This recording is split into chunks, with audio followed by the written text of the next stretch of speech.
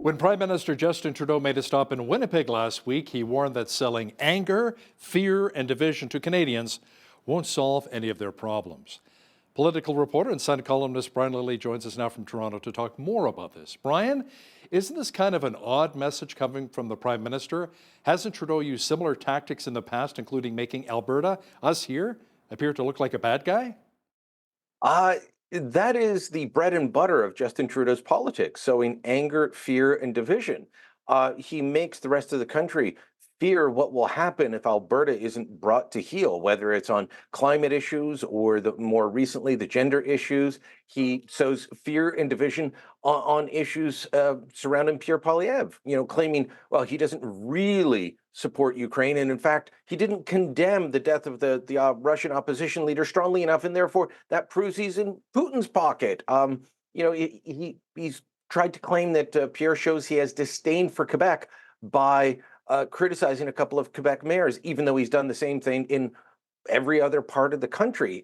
Trudeau plays the game of fear and division, and anger, and then says, "No, I'm not like those other guys, though." It's a very weird message, and it's basically all he's got left because the Trudeau Liberals are getting pretty desperate when you look at the fact that they're out of policy, they're out of gas, and their polling numbers are, well, going down the drain.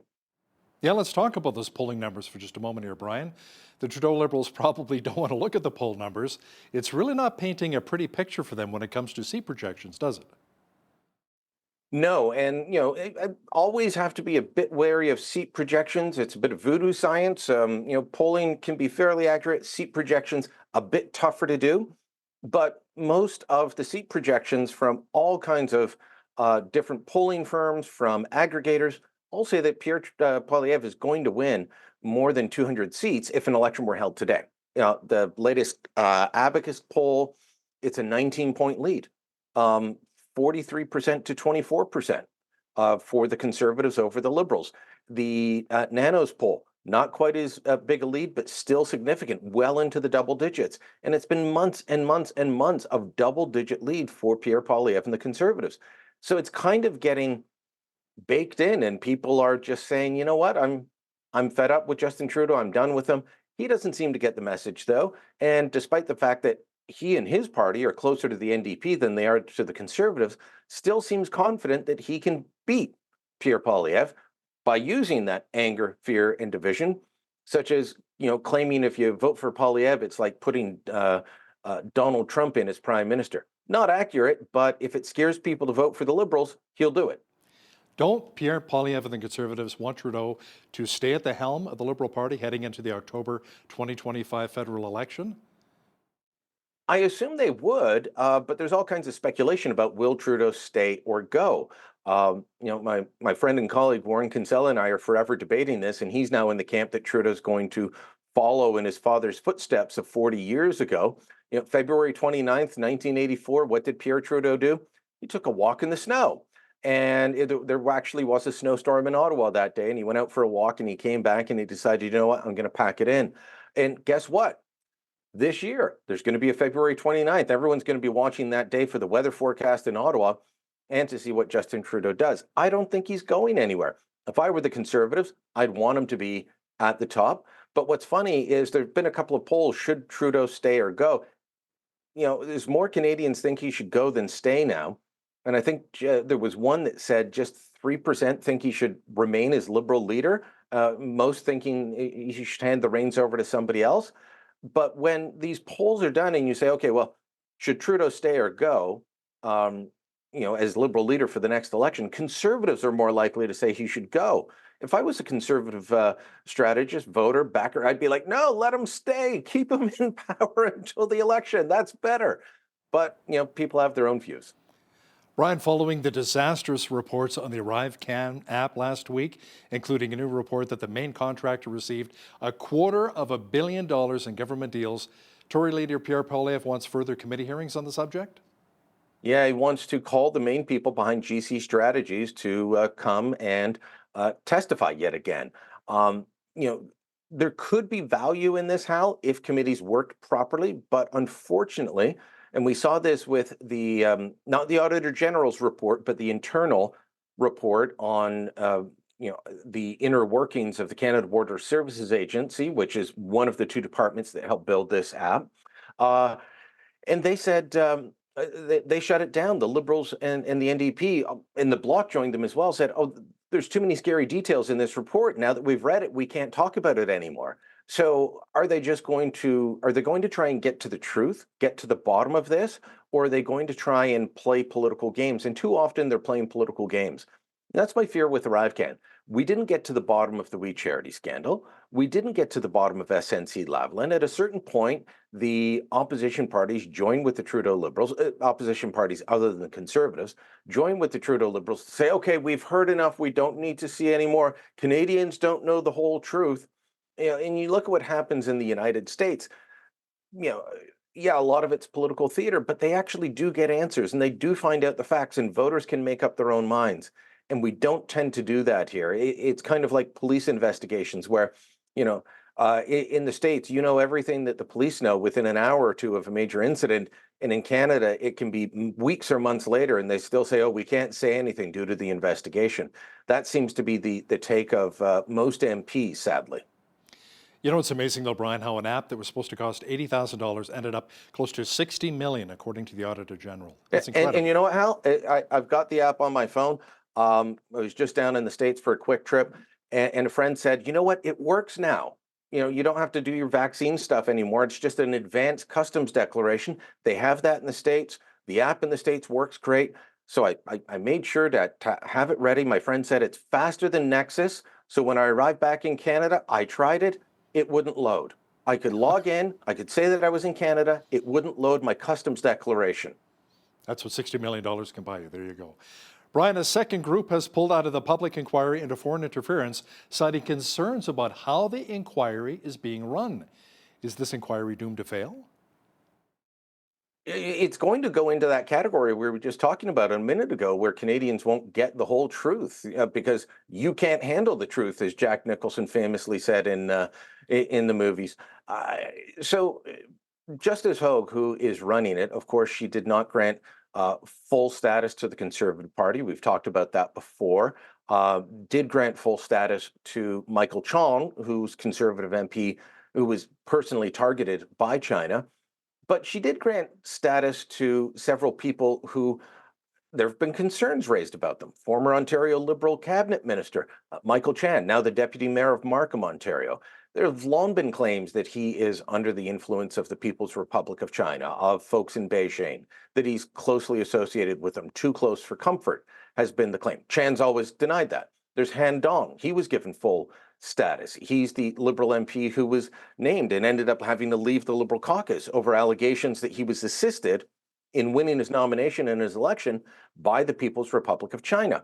And then there's Senator Wu, who is constantly parroting the line out of Beijing. And so these groups, first it was the Uyghurs, now it's a group representing people mainly who came to Canada from Hong Kong, say, we do not feel comfortable being cross-examined by these people that we say are part of the problem. And Justice Hogue was warned about this. And so it's shocking to me that these three gentlemen were all given full standing before the commission, which allows them to cross-examine witnesses to see all the evidence, and the Conservative Party of Canada was not granted that. It seems to be an inquiry that's being run by people that don't want the whole truth out there. Last week, Federal Environment Minister Stephen Guilbeault made what appeared to be kind of an odd comment, Brian. He said that Canada does not need any more roads and that the federal government will stop funding them. But then he backpedaled a little bit, saying, no, I just meant the bigger road projects.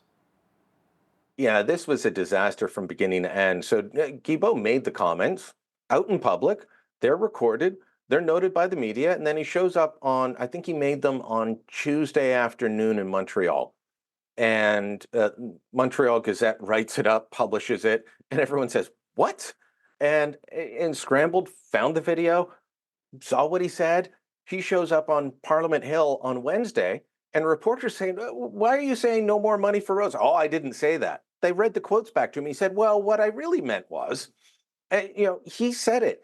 He said the federal government won't be funding any more roads projects with their infrastructure money. Now, roads are primarily, depending on the road, a municipal or provincial responsibility.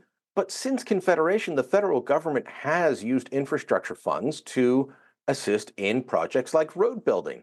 It's been a major project for them. And he says they're just going to stop. And in his speech, he did go on to say that we don't need more roads. We have a large enough existing road network in Canada. Well, what is one of the major things we've been talking about lately, Hal? Immigration and the huge numbers, almost 900,000 temporary foreign students, mostly in Ontario, also in Alberta, a little bit in BC, and some in Quebec.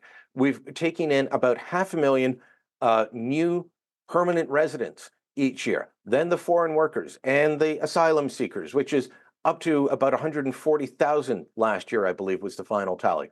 You're adding in 1.5 to 2 million people, and you're going to say we don't need any more roads? We don't need any more housing? You have to build housing for them. Guess what housing needs? You need roads. Eventually, you have enough houses, you need highways. And he's saying we don't need any more of this. Now Liberals are calling claims that he said all these things a conspiracy theory.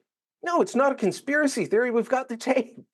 You're trying to convince me that you didn't say something you did, that you didn't mean something you did. But this is the kind of radical policy that drives Stephen Guilbeault, just like the electricity grid regulations, just like the cap on oil and gas production.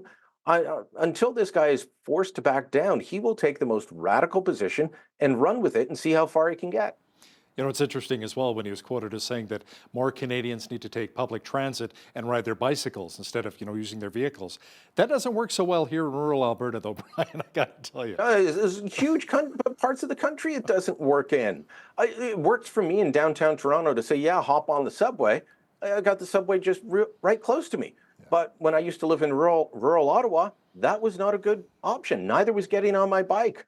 They don't seem to think about these things. He seems to believe that everyone lives like he does in downtown Montreal, which, by the way, he takes his car back and forth between Montreal and Ottawa all the time. He racked up huge amounts of kilometers with his car and driver. He gets a car and driver. You don't. You take the bus.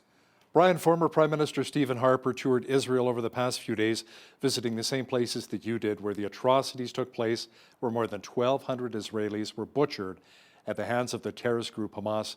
But let me ask you something. Why hasn't Prime Minister Justin Trudeau been there yet? What have you heard from Ottawa? Well, I don't think Justin Trudeau would be overly welcome in Israel at the moment. On my trip, people are so fed up with Canada and the posturing of Trudeau and the trying to play both sides that I met with more ministers of government while I was there with my group from Post Media than the MPs who had gone about a month earlier had met with. There was a collection of Liberal and Conservative MPs that went over, including Michelle Rempel, Marty Morantz out of Winnipeg, and Anthony Housefather, a Liberal from Montreal, Marco Mendocino, a Liberal from Toronto. They went over as a group. They all support Israel. They wanted to go see what was going on. Bipartisan group. No one would meet with them from the government because they're so annoyed. Stephen Harper went over. He met with them. Justin Trudeau can't get a phone call with Benjamin Netanyahu. He's always talking to Benny Gantz instead of Bibi. The rolling of the eyes that I saw while I was there, when you would mention Canada or Trudeau, was unbelievable. People are just fed up. So it's good to see Stephen Harper making strong, principled statements instead of what we saw from Trudeau last week. He joined with the prime ministers of New Zealand and Australia and said, we need a ceasefire now and go to a two-state solution. Two-state solution only works, how? If Israel has a partner for peace. And right now, the people in control of Gaza, that part's not controlled by the Israeli army, that's Hamas, the people using human shields, the people that carried out October 7th, the guys hiding behind women and children while they're shooting at Israel and then saying, watch out for civilians. You can't negotiate peace with people whose opening and closing position is you should all die.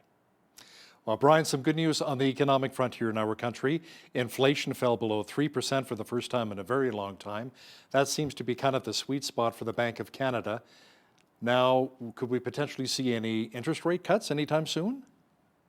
I don't think just yet, and I give a couple of caveats. So the central inflation rate, consumer price index dropped to 2.9%. Good news is, food inflation is slowing as well. But as Sylvain Charlebois, the food professor, has discussed, um, are we really measuring it right? Because one of the things that you notice when you go to the grocery store is shrinkflation. You get a smaller package of something instead of 600 grams, it's 540 grams. Instead of a pound, it's three-quarters of a pound, but you're paying the same price. So that isn't actually picked up by Stats Canada, that the package is smaller, but the price is the same. He has real questions if we're measuring it properly. And food inflation is still higher than core inflation. So, the Bank of Canada might think it's a good idea. You and I are still going to be feeling the pinch for the next little while. And I think they're going to want to see a few months of this, if not longer, before they even consider dropping interest rates further. Political reporter and Sun columnist Brian Lilley, thanks so much for your time today. Thank you, Hal.